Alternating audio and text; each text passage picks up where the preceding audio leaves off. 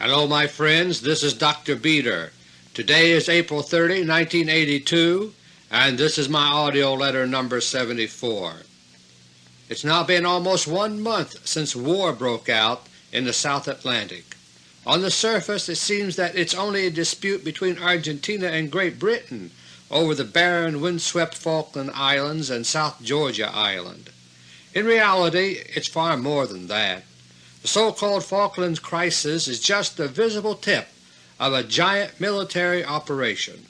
During this month of April 1982, fierce naval battles have taken place, not only in the South Atlantic but also in the South Pacific.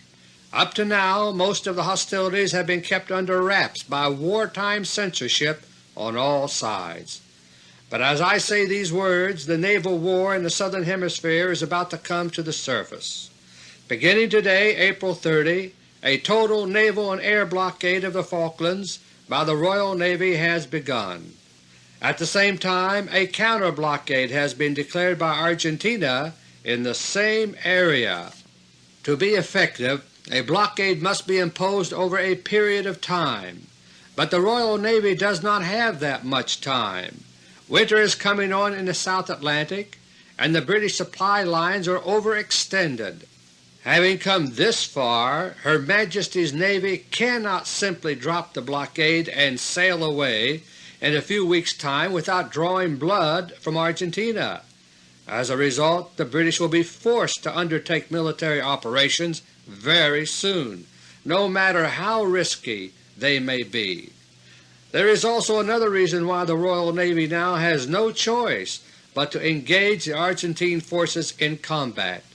That reason, my friends, is that the Royal Navy has already suffered losses in secret combat this month. Up to this moment there will be no way to explain away the damage which has been sustained by the British fleet. Only when publicly admitted fighting erupts will the British dare to admit that they have suffered battle losses. To obtain that cover story, the British have no choice but to sail into combat. But in doing so, they will be risking even heavier losses on top of those already sustained. In short, my friends, Her Majesty's Navy has sailed into a trap. The events now unfolding in the South Atlantic carry strange, ironic echoes of the past. For weeks now we've been hearing countless commentators referring to the British task force as an armada, quote-unquote. The British of all people ought to be very uneasy with that description. The original Spanish Armada 400 years ago was renowned as a seemingly invincible fighting force, but it came to grief in a naval disaster so complete that it changed the course of history, and it was none other than the English Navy that destroyed the Spanish Armada. The original Spanish Armada put to sea in 1588 during the reign of England's Queen Elizabeth I. The Armada was an invasion fleet carrying thousands of crack fighting men to invade England. They were met by the daring sea dogs of Sir Francis Drake. Drake and his small fast ships turned the tables on the Spanish Armada by changing the rules of battle. The English fleet was equipped with new, longer-range guns and it stayed upwind and out of reach. From there the English pounded, smashed, and shattered the big ships of the mighty Armada. When it was all over, barely half the Spanish fleet was left to limp back to port. Drake's defeat of the Spanish Armada was a shock to the world. It opened the door for England under Queen Elizabeth I to start its expansion into a truly global empire. Today, 400 years later, history seems to have come full circle. Queen Elizabeth II is witnessing the dismantling of the world empire whose heyday began under Queen Elizabeth I, and now the cultures of England and of Spain are once again in confrontation. Once again a so-called Armada is preparing for invasion, but this time the Armada is British, not Spanish. 400 years ago Sir Francis Drake was the hero of the day. Today the ghost of Francis Drake is once again on the scene. The South Atlantic War Zone is at the eastern end of the Drake Passage around the southern tip of South America. The defeat of the Spanish Armada 4 centuries ago broke the back of Spain's naval supremacy, and now the defeat of the new British Armada may well break the back of what remains of the once glorious Royal Navy. My 3 special topics for this AUDIO letter are: Topic number 1, the military secret of South Georgia Island; Topic number 2, the secret naval war of the Southern Hemisphere; and Topic number 3, the Rockefeller Fear Campaign against nuclear war. Topic number 1. When the Falkland Islands crisis began early this month, it looked at first like a tempest in a teapot. For a century and a half, since 1833, the islands have been controlled by Great Britain. During that entire time, British sovereignty over the Falklands has been disputed by Argentina. There have been countless threats by Argentina to seize the islands, which it calls the Malvinas, but the threats have always come to nothing in the past, and Britain has never even gotten very worried about them. The islands are 4 times as distant from Argentina as Cuba is from the United States, and they are not much of a prize. After 150 years of occupancy, the Falklands are home to fewer than 2,000 British settlers and a lot of sheep. In short, the remote Falkland Islands hardly look like something to fight over, and yet here we are, watching another crisis take place. We are watching as war erupts between Great Britain and Argentina. The Thatcher government is acting as if it has forgotten all about its usual preoccupation with the Soviet threat at NATO's doorstep. Instead, Britain is throwing almost everything it's got at Argentina: aircraft carriers, cruisers, destroyers, submarines, assault ships, you name it. Luxury cruise ships have even been commissioned and turned into troop carriers overnight. Wave after wave of additional assault troops have been activated and sent to join the fleet even after it sailed. Ships and submarines have been pulled off station from normal NATO duty and sent to reinforce the task force. The initial 40-ship force has grown steadily over the past several weeks into an armada numbering over 70. Over 2/3 of the entire Royal Navy has already been deployed to the South Atlantic off Argentina. Watching all this, a lot of people are asking, what's this fight really all about? The most popular answer suggested in the major media is oil. Vast deposits of oil are known to exist under the continental shelf between Argentina and the Falklands, but that has been known for nearly 10 years. In no way does it explain the timing of the sudden military offensive by Argentina this month, and oil explains even less about the Argentine seizure of South Georgia Island. South Georgia Island is 800 miles east of the Falklands, with no known oil deposits anywhere near it, and compared to South Georgia, the Falklands are an island paradise. South Georgia Island is covered with rugged mountains, treacherous valleys, glaciers, and semi-permanent snow. Most of it is uninhabitable. On top of all that, Argentina has absolutely no legal or historical claim to South Georgia Island. In that respect, it stands in sharp contrast to the Falklands. In the early 1830s, the Falklands were occupied for a while by Argentine colonists. In 1833, the British expelled them and took over the island. For that and other historical reasons, Argentina argues that the Falklands really belong to Argentina, not Britain. But no such argument is possible for South Georgia Island. It has always been controlled by Britain, never by Argentina or Spain. The Argentine seizure of South Georgia Island looks even more unreasonable from a military point of view. Argentina's leaders are military men, and they think in military terms.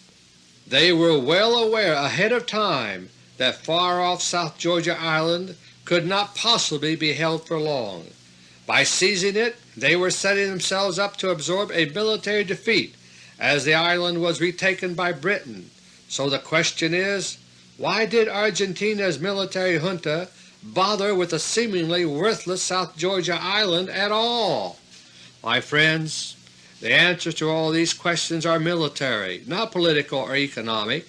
South Georgia Island possesses an enormous military secret.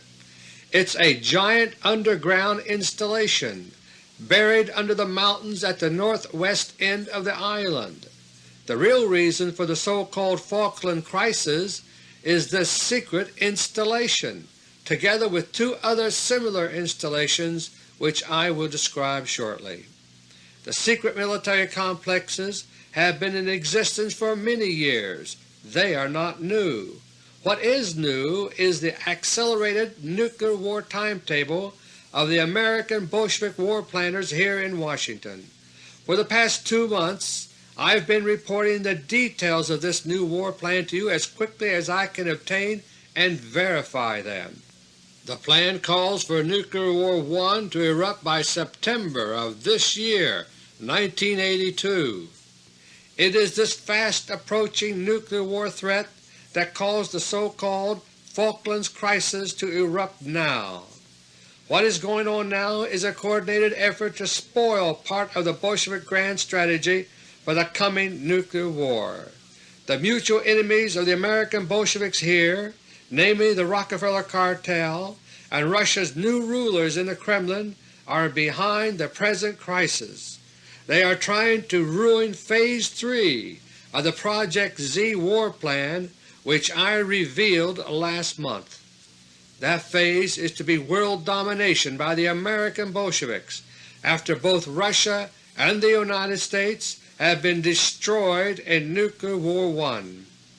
As I mentioned last month, the key to this plan is the existence of secret weapons stockpiles in various places around the world. The American Bolshevik military planners here in America are working with other Bolshevik agents in key military positions of other countries to set off war. Having done that, they intend to ride out the nuclear holocaust they have caused, safe and cozy in government war bunkers. When the warring nations finally lie smoldering and exhausted, the Bolsheviks will leave the shattered remains of their host countries. They will rendezvous at the secret weapons installations and bring their weapons into the open. They will confront the world with the only remaining fresh, up-to-date, powerful military force on earth, and using that military power they will become the undisputed rulers of the world. That is, they plan to do all this, and they plan to pave the way for world domination very soon by setting off Nuclear War I in a matter of months. The Rockefeller cartel and Russia's new anti-Bolshevik rulers are working together in a race against time to try to head off the Bolshevik war plan. Last month I mentioned that the Bolsheviks here are benefiting from war preparations which were started by the Rockefellers long ago.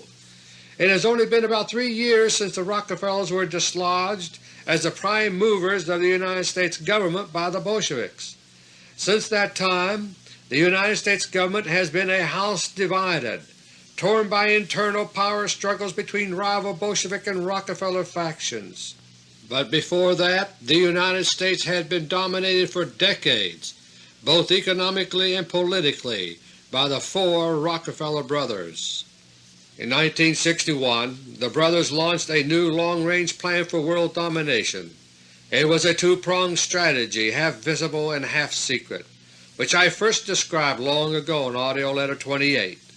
It was a plan for the United States to arm to the teeth in secret, while appearing to disarm gradually.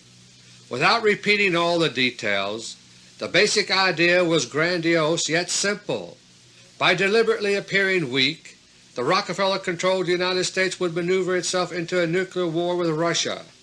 Then the secret weapons, including superweapons, would be unleashed to smash Russia and take over the world. When they set the grand plan in motion in 1961, the Rockefeller brothers were looking ahead to a nuclear war by the late 1970s. Their military analysts concluded very early that the war being planned would have very different effects on the northern and southern hemispheres. Both superpowers, the United States and the Soviet Union, are located well up in the northern hemisphere. So are the other full-fledged nuclear powers, Great Britain, France, Red China, and India. By contrast, the strategic targets for nuclear war in the southern hemisphere are relatively few and far between. In other words, it was expected that the coming nuclear war would be essentially a northern hemisphere war. In an all-out nuclear holocaust, it is known that serious radioactive fallout will gradually spread to affect even areas not initially hit by war, but there are limits to how far the war clouds can spread. It was discovered long ago that there is very little mixing between the air of the northern and southern hemispheres. In the northern half of our planet, cold air from the North Pole works its way southward towards the equator. Then it works its way back to the north as warm air. A mirror image of this process takes up the southern half of the planet. Northern and southern hemisphere air meet in the equatorial zone, but very little of the air changes places. The military conclusion, my friends, is this: the coming nuclear war could ruin large areas of the northern hemisphere for generations to come, but if the calculations are right, the southern hemisphere could escape virtually unaffected by the war. This was music to the ears of the four Rockefeller brothers. A quick look at the globe of the world shows why. The Rockefeller cartel has dominated Latin America ever since World War II. As I discussed in my very first monthly audio letter, Nelson Rockefeller solidified the cartel grip on Latin America during the war. He accomplished this as so-called Coordinator of Hemispheric Defense for then-President Franklin D. Roosevelt. So that takes care of the South American continent and its natural resources. Then there is the African continent. There too Rockefeller control was already in effect over wide areas of black Africa, especially south of the equator.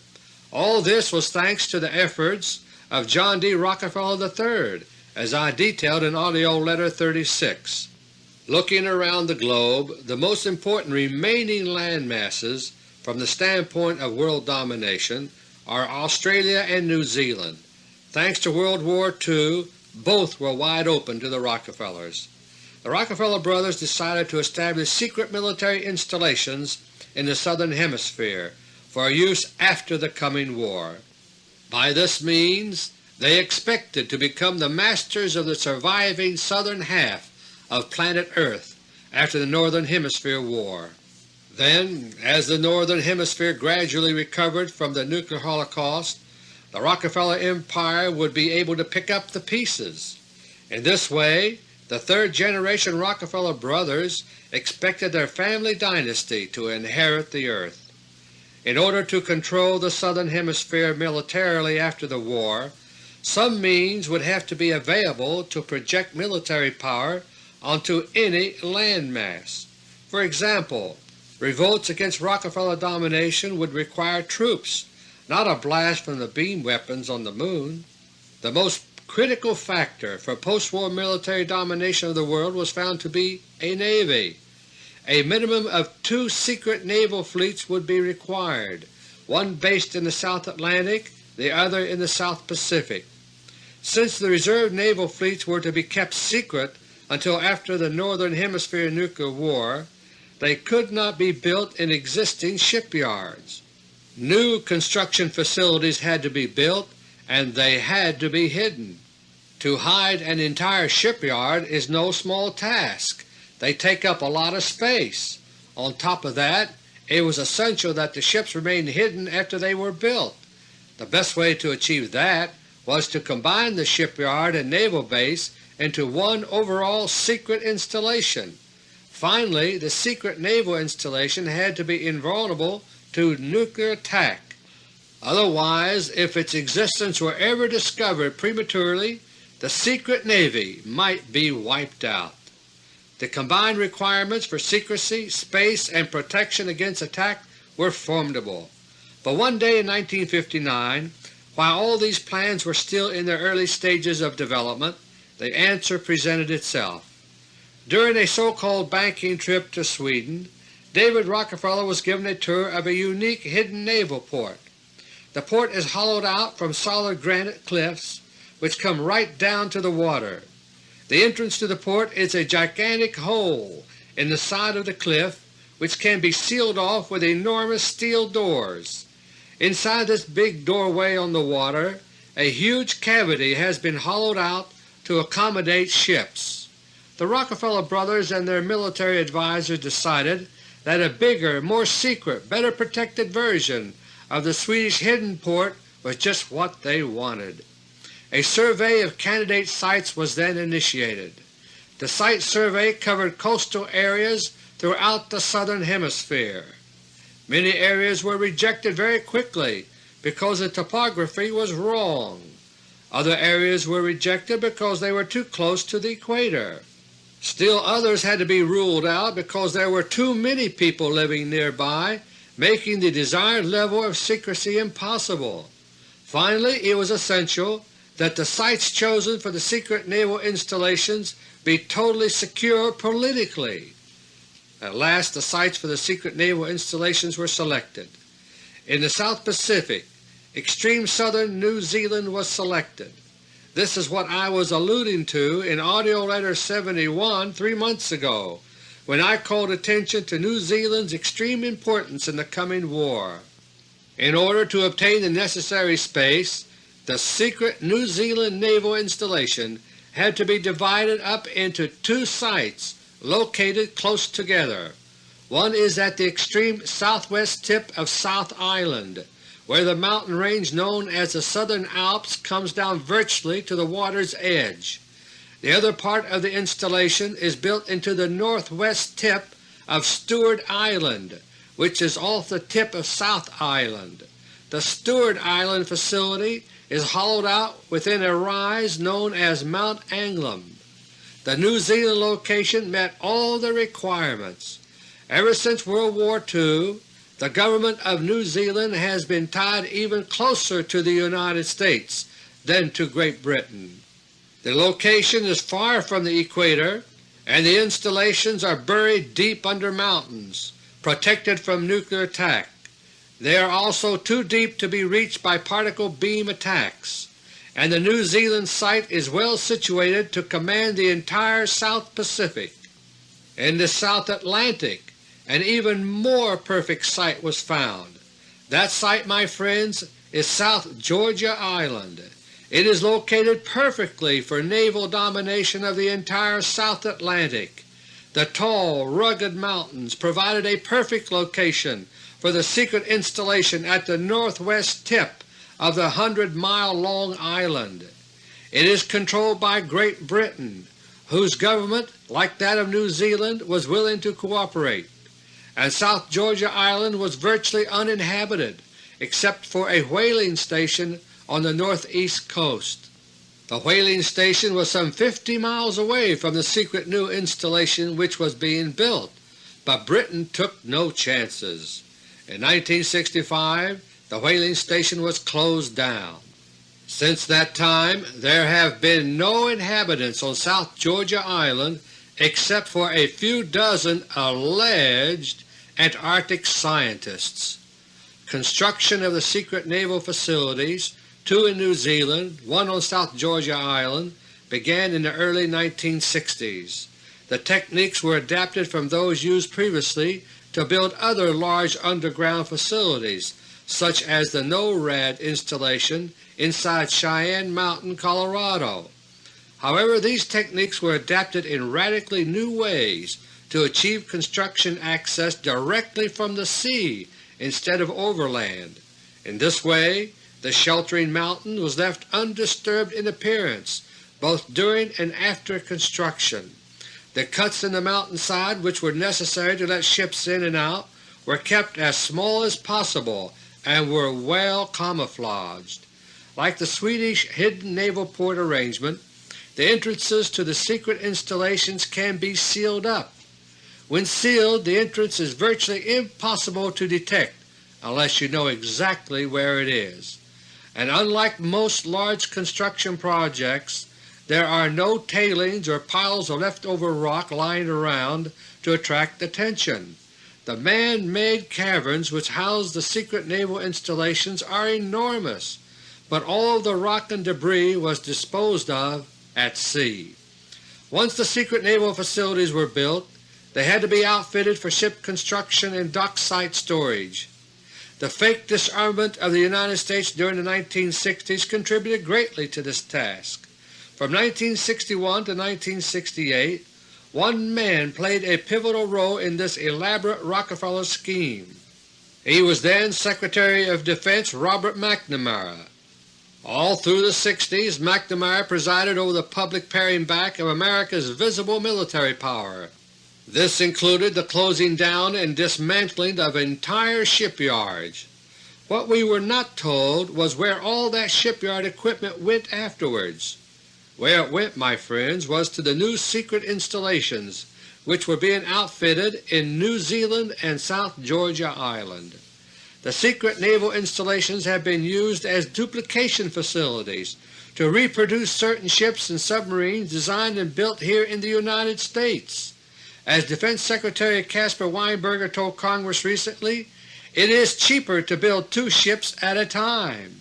That is especially true if the second ship is an exact duplicate of the first. This has become even more true in recent years through the use of computerized manufacturing techniques. The secret naval fleets which have been built at the secret installations are made up of duplicates, exact duplicates of certain other ships and submarines. They are all nuclear powered, nuclear subs, nuclear cruisers, nuclear destroyers, and yes, nuclear aircraft carriers, 3 of them. A secret twin was built for the USS Nimitz, for the USS Eisenhower, and for the newly launched USS Carl Vinson. All have been financed through the gigantic cost overruns, so-called, that we constantly hear about in the Defense Department, and all 3 carriers have been provided with a full complement of aircraft whose manufacture was financed the same way. The ships of the secret American Bolshevik naval fleets are all duplicates of other nuclear-powered vessels. Even so, the secret naval ships possess one key difference. Last month I revealed that the so-called stealth program has succeeded in developing a kind of electromagnetic invisibility shield. This technique makes an object invisible from a distance by distorting light waves in its vicinity. A whole new fleet of Phantom warplanes are now going into crash production that use this principle. And my friends, all of the secret American Bolshevik Navy ships have already been outfitted with similar stealth field equipment. The stealth principle is actually easier to apply to ships than to airplanes, because there is more room for the powerful equipment that generates the field. After Nuclear War I, the secret stealth navy of the American Bolsheviks would be light years ahead of any other navy left on earth. It would be perfect for the intended role of world domination. The Rockefellers set it all in motion long ago, my friends, but 3 years ago they lost control of the United States military. Now it's the American Bolsheviks who are in control, and they are bent on war. These secret naval installations have precipitated what is being called the Falklands Crisis. Topic number 2. In AUDIO LETTER 73 last month, I described Project Z, the new Bolshevik 3-phase strategy for Nuclear War I. An elite group of American Bolshevik military planners here are fleshing out the plan right now at a secret war room here in Washington. It's a plan by which the United States will strike the first nuclear blow, followed by all-out thermonuclear war with Russia. Having set off the Holocaust, the Bolsheviks here and in certain other countries plan to ride it out, safe in comfortable war bunkers. Finally, after Nuclear War I fizzles out in stalemate, they plan to leave behind the ashes of the United States and her allies. Activating Phase 3 of their grand strategy, they plan to unveil their secret weapons, especially their secret naval fleets. With these they plan to conquer and rule what is left of the world. The United States as we know it will be dead and gone. But in the eyes of the Bolsheviks themselves, this outcome will constitute victory. Up to now, the nuclear war timetable which I first revealed 2 months ago is still on track. They are still shooting for a nuclear war to begin by September of this year, 1982. Time is fast running out. The Bolsheviks here are sprinting as fast as they can toward war. But, my friends, the Bolsheviks are not the only runners in this race. They have two deadly enemies, both of whom are equally determined to trip up the Bolsheviks. One enemy of the Bolsheviks here is the Rockefeller cartel. The other enemy is the new anti-Bolshevik ruling clique in Russia. And now these two mutual enemies of the Bolsheviks are pooling their efforts in certain ways. In AUDIO LETTER 71 3 months ago, I reported that a limited new anti-Bolshevik coalition was in the works between the Rockefeller cartel and the Russians. The January 26 meeting between Haig and Gromyko in Geneva, Switzerland was a turning point in the formation of this coalition. It is now a reality and is responsible for the so-called Falkland crisis now dominating the headlines. It should be emphasized that this new relationship between the Rockefeller cartel and Russia falls far short of a true alliance. They have very major disputes to be settled between them, but for the time being they have called a truce between themselves to deal with their mutual deadly enemy, the Bolsheviks here in America. The first priority of the Russians and the Rockefellers is to slow down the Bolshevik preparations for imminent nuclear war. If they can do that, time is on the side of the Rockefeller cartel and certain political movements which I discussed last summer in AUDIO LETTER 67. A slowdown in the nuclear war timetable will also give more breathing space for additional anti-Bolshevik actions to be implemented. The joint Rockefeller-Russian planners decided by mid-February that military action against the Bolsheviks was essential very quickly. No other type of action had any hope of taking effect fast enough to prevent nuclear war by the end of this summer. The exact details of the Project Z war plan are not known to either the Rockefellers or the Russians, but the general outlines are known to be as I described last month. It was decided that military action should be devised that would undermine Phase 3 of the Bolshevik war plan. That is, the Bolshevik-controlled secret naval installations and fleets in the Southern Hemisphere should be attacked and crippled. By working together, the Rockefeller cartel and the Russians were able to devise an attack plan which neither could have carried out alone. The Rockefeller Group, who built and originally controlled these bases, provided detailed intelligence about the best way to attack them. The Russians, with their enormous military machine, provided the muscle to actually carry out the attack. It was essential to devise a scheme that would enable both secret fleets in the South Atlantic and South Pacific to be attacked. Survival intact of either fleet would leave the Bolshevik war plan still workable. Military analysts concluded very quickly that a direct assault on the New Zealand facilities was out of the question. There was no combination of commandos, frogmen, or other military force which could possibly keep an attack secret from the outside world. Any attack on the New Zealand bases would set off the very war which the Rockefellers and Russians want to prevent. But the situation in the South Atlantic was a different matter. In a way, the greatest asset of South Georgia Island was also its Achilles heel.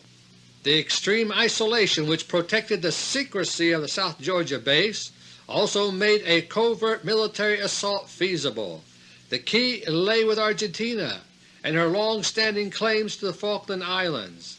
As I mentioned in topic number 1, the Rockefeller cartel has dominated all Latin America for decades. Cartel operatives were sent to Argentina to work out a deal with the government military junta there.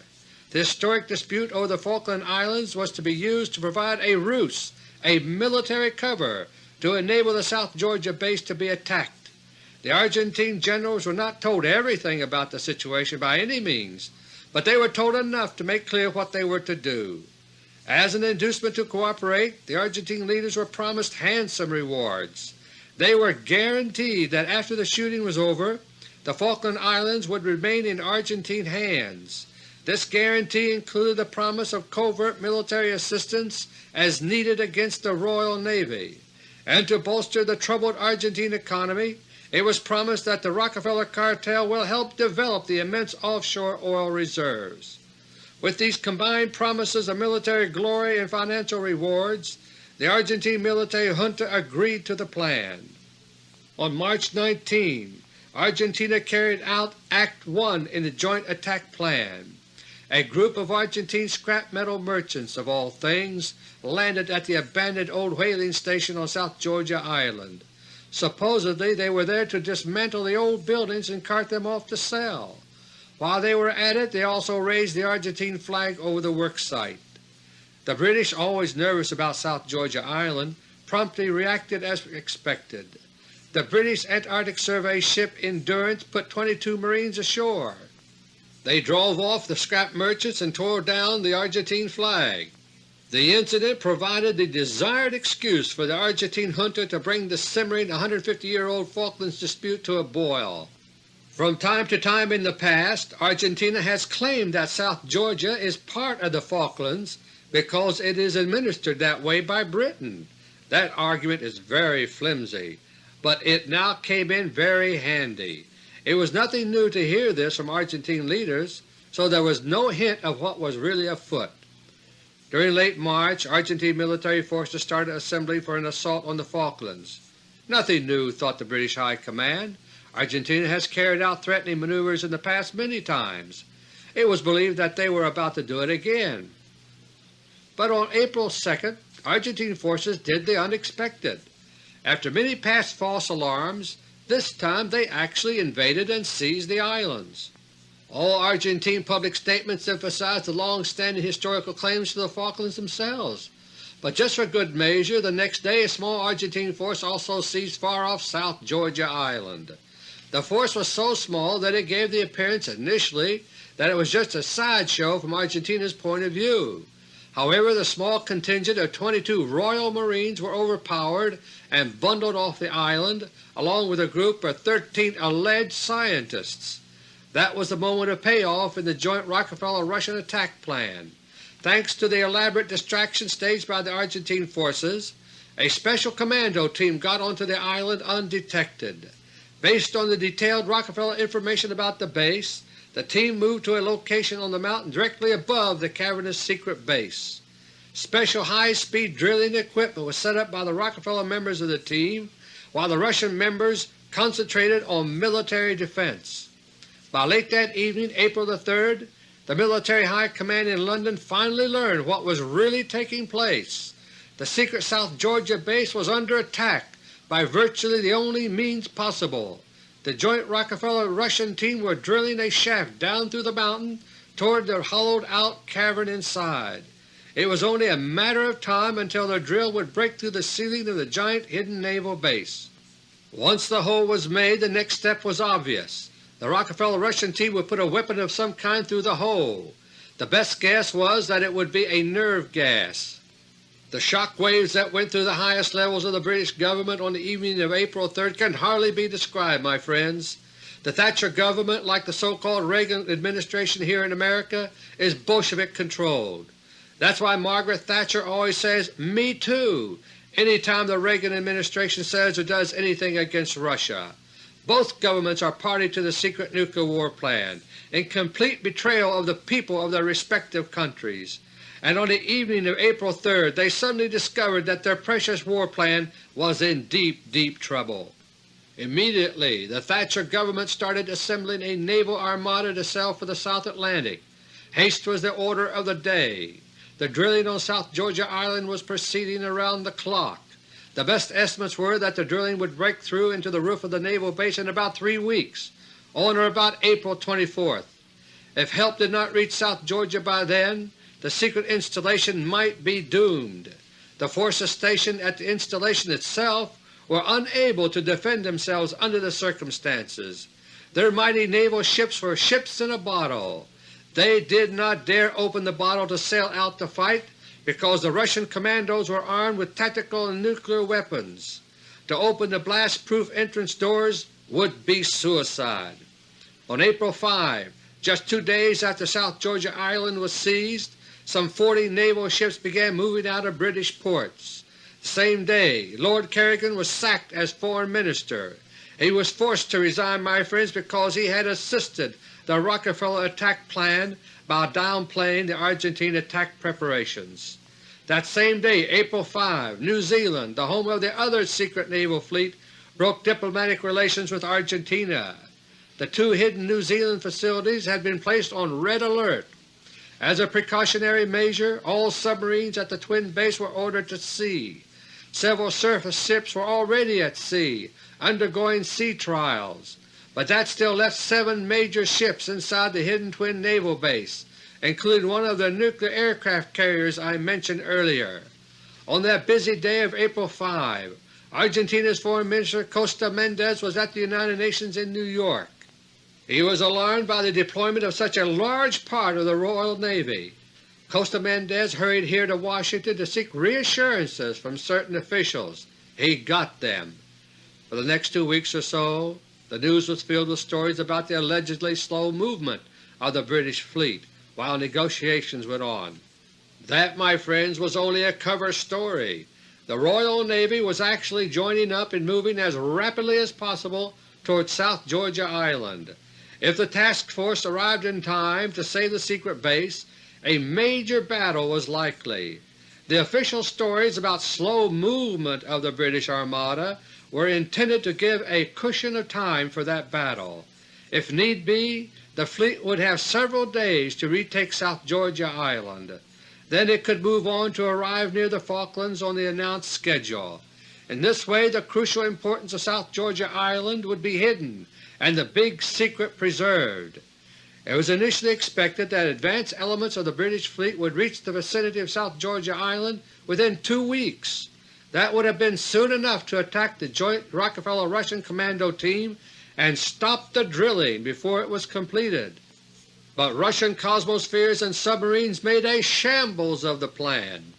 Key advance elements of the South Georgia attack contingent left Ascension Island early April 14, 2 days before it was announced officially. Shortly after they did so, they ran into trouble. Russian cosmospheres and attack submarines closed in on a single ship, which was critical to the planned counter-assault on South Georgia Island. The cosmospheres bombarded the bridge and combat information center of the ship with neutron radiation. In moments the ship was without any command, its communications and radar silenced. Then a Russian sub closed in and quickly finished off this key British ship with torpedoes. It broke apart with secondary explosions and sank rapidly. So far as is known, there were no survivors. This unexpected shock in the mid-Atlantic produced 2 results, both important. First, it caused a slowdown in the race toward the South Atlantic by the British Armada. The task force had to be regrouped into a configuration better suited for an en route defense, but that cost valuable time. Public announcements from London about the progress of the fleet reflected this slowdown. The timetable for arrival on battle stations near the Falklands started stretching out longer and longer. All this bought extra time for the Joint Commando Team on South Georgia Island. The drilling continued. The other result of the sinking was equally important. Word was flashed to the South Pacific Stealth Navy to prepare for possible action.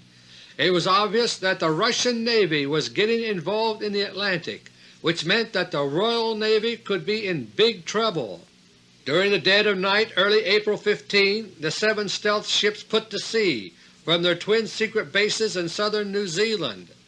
They deployed to a secret operational headquarters area in the Antipodes Islands, 450 miles southeast of New Zealand.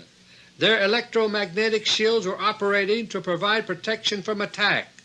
These shields make it impossible to communicate with the outside world or even to see it, as I explained last month. But once they arrived at the Antipodes, the stealth ships hooked up to buoys equipped with shielded communication cables to the island headquarters. The Antipodes headquarters in turn was in constant touch with South Georgia base by way of a transoceanic cable around the tip of South America. The deployment of the available ships of the South Pacific Stealth Fleet was exactly what the joint Rockefeller-Russian planners had hoped for. The ships had been flushed out from their essentially invulnerable hiding place in New Zealand. The British ship's sinking of April 14 was also followed by other events. On April 15, the Argentine Navy started moving out of port. The same day Alexander Haig arrived again in Buenos Aires. Supposedly he was there as a diplomat, but in reality he was there as a general dealing with generals. Haig is the top governmental operative of the Rockefeller cartel, as I have revealed in the past. He was making sure that the Argentines did not get cold feet and back down at that critical moment. 4 days later, April 19, Haig left for Washington. As he boarded his plane, Haig somberly told reporters, "Time is running out." And so it was, my friends, for the secret South Georgia base. The very next day, April 20, the drill broke through into the hollowed-out cavern of the naval base. Bolshevik military analysts in London had not expected that it could be completed until at least the following weekend. The British fleet was still out of range. The weapon which the commando team inserted down through the long hole was a small, compact Russian neutron bomb. When it was detonated inside the confines of the huge artificial cave, the effects were devastating. The intense radiation instantly killed everyone inside the base. Also, the heat and blast effects of the bomb are believed to have damaged all the ships inside sufficiently to badly disable them. Meanwhile, Russian cosmospheres and submarines were converging on the stealth ships which were near the Antipodes Islands, awaiting orders. From a distance the ships were invisible to the eye due to their protective shields, which also protect against beam weapon attack, but they were sitting ducks for the tactics which the Russians employed. Floating overhead, the cosmospheres located the 7 ships using their psychoenergetic range-finding equipment known as PRF. As I have reported in the past, there is no method known by which PRF can be jammed. The cosmospheres radioed the exact locations of the ships to the attack submarines. The subs were armed with special non-homing, non-nuclear torpedoes designed to explode on impact. More sophisticated torpedoes would have been thrown off course or detonated prematurely by the protective shield of each ship, but these simple torpedoes just cruised right through each invisibility field to strike the ship and explode. Within 15 minutes after the attack began, all 7 Bolshevik stealth ships were on their way to the bottom, and with them went their Bolshevik commanders and mercenary crews, collected from around the world. The South Pacific action took place just after sunset local time. The time here in Washington was around 2 p.m. April 23. That evening Secretary of State Haig was seen briefly in public with the new British Foreign Minister Francis Pym. Pym was wearing the artificial pseudo-smile which diplomats are taught always to display in public, but not Haig. Haig was grinning from ear to ear, and no wonder. The joint Rockefeller-Russian military operation had been a brilliant success. The secret Bolshevik South Atlantic Fleet had been virtually wiped out, bottled up inside South Georgia Island, and the South Pacific Fleet, while not totally wiped out, had been badly crippled. By working together, the Rockefeller cartel and the Russians had won the secret naval war of the Southern Hemisphere. Topic number 3. As I say these words, news reports give the impression that war is about to erupt in the South Atlantic, but the real war in the Southern Hemisphere is already over. What we are watching now is the beginning of its bloody aftermath. That aftermath is the battle for the Falkland Islands. They have been promised to Argentina as a reward for her role in the secret war. At this moment, the Bolsheviks here in Washington are pressing for a public announcement that the United States will side with Britain. As soon as that takes place, military action will heat up fast around the Falklands. Britain has no choice but to fight. She has already suffered casualties which cannot be explained without a public battle. But by fighting, the Bolsheviks in Britain are running the risk of a humiliating and tragic defeat for the Royal Navy. Meanwhile, the Rockefeller strategists here are now concentrating on the fast-building anti-nuclear war campaign. On all sides now we are hearing about the so-called nuclear freeze movement. There are documentaries, articles, publicity of all kinds to sensitize us to the terrors of nuclear war. In recent months there have even been referenda popping up on election ballots dealing with the nuclear war issue. Medical doctors are banding together to warn the public about what would happen if there were a nuclear war. We are being told that all this is just popping up spontaneously. We are now 37 years into the nuclear age, and nothing like this has ever gained so much momentum before. Yet now we are supposed to believe that millions of Americans have spontaneously gotten the same ideas at the same time.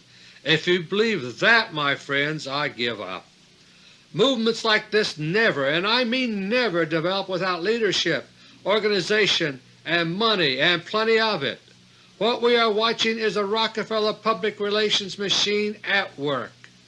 As I've explained in the past, the Rockefeller cartel cannot afford to let a nuclear war take place. If it does, they will lose everything because they are not in a position to control it. Instead, the deadly enemies of the Rockefeller cartel, the Bolsheviks here, will win out if there is a war, and so the Rockefeller faction is now doing everything in its power to prevent a nuclear war. The present anti-nuclear war orientation of the Rockefeller cartel creates certain temporary common interests between them and Russia. But as Russia's new rulers know very well, this does not spring from any great moral perspective on the part of the Rockefeller group. It's purely a matter of practical necessity right now for the Rockefellers. The Russians regard the United States as a house divided, and they are exploiting that division by working in careful ways with the Rockefellers. Their first priority is to rid the world of the deadly Bolshevik menace of all-out, even suicidal nuclear war. But once that is done, they know that there will be a day of reckoning with the Rockefeller cartel someday.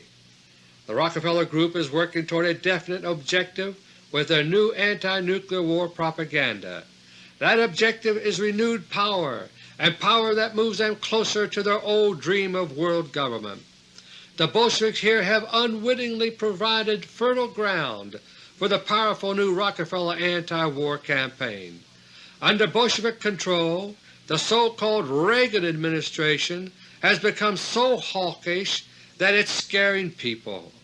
The Rockefeller anti-war campaign is designed to capitalize on that latent fear as a tool of power. These days the smell of war is in the air. The Falklands crisis is helping to make that more intense. The Rockefeller propaganda machine is now paving the way for the argument that surrender of sovereignty is the only way to avoid war.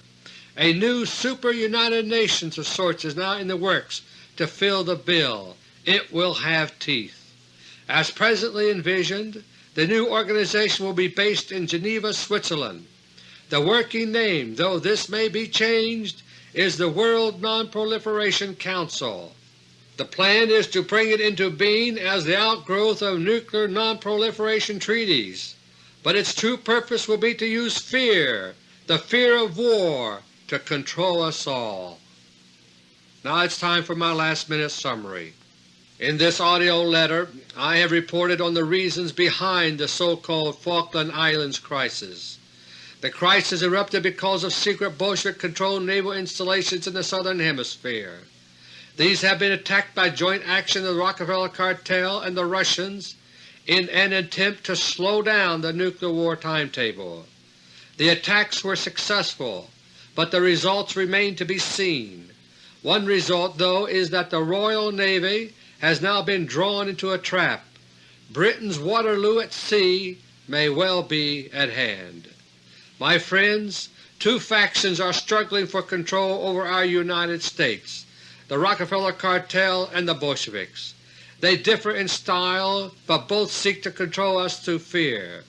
If we are ever to rise above their trickery, it must be through the power of our Lord Jesus Christ, our only hope. As the Scripture tells us, our Lord has not given us the spirit of fear, but of power, of love, and of a sound mind. We must learn to wage peace.